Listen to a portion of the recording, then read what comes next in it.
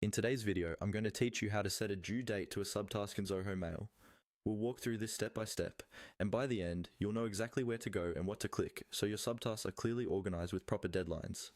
First, make sure you're signed into your Zoho Mail account in your browser. From the main interface, look for the To-Do section. This is where all your tasks and subtasks are managed. If you're not seeing it right away, it's usually accessible from the sidebar or the top navigation depending on your layout. Go ahead and click on To Do to open your task agenda.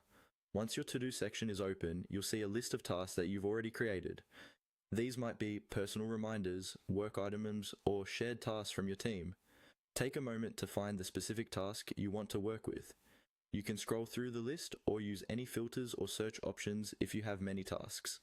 When you've located the task where you want to add or adjust a subtask, click on that task to open its detailed view.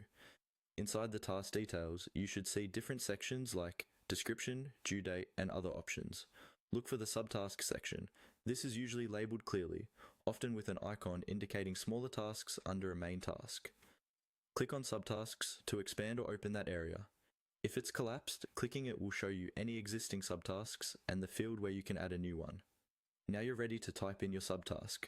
Click inside the subtask field and enter a clear specific name for the subtask, such as draft email response or review attachment. Using descriptive titles will make it easier to understand what needs to be done at a glance. After you've typed the subtask name, look for the option to set a due date for that subtask. In many layouts, this appears as a calendar icon or a date field right next to the subtask line, or within its small edit options.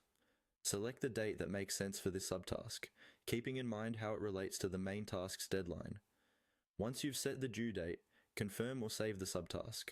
Your subtask is now added under the main task and clearly scheduled with its own due date, helping you keep track of smaller actions without losing sight of the bigger task.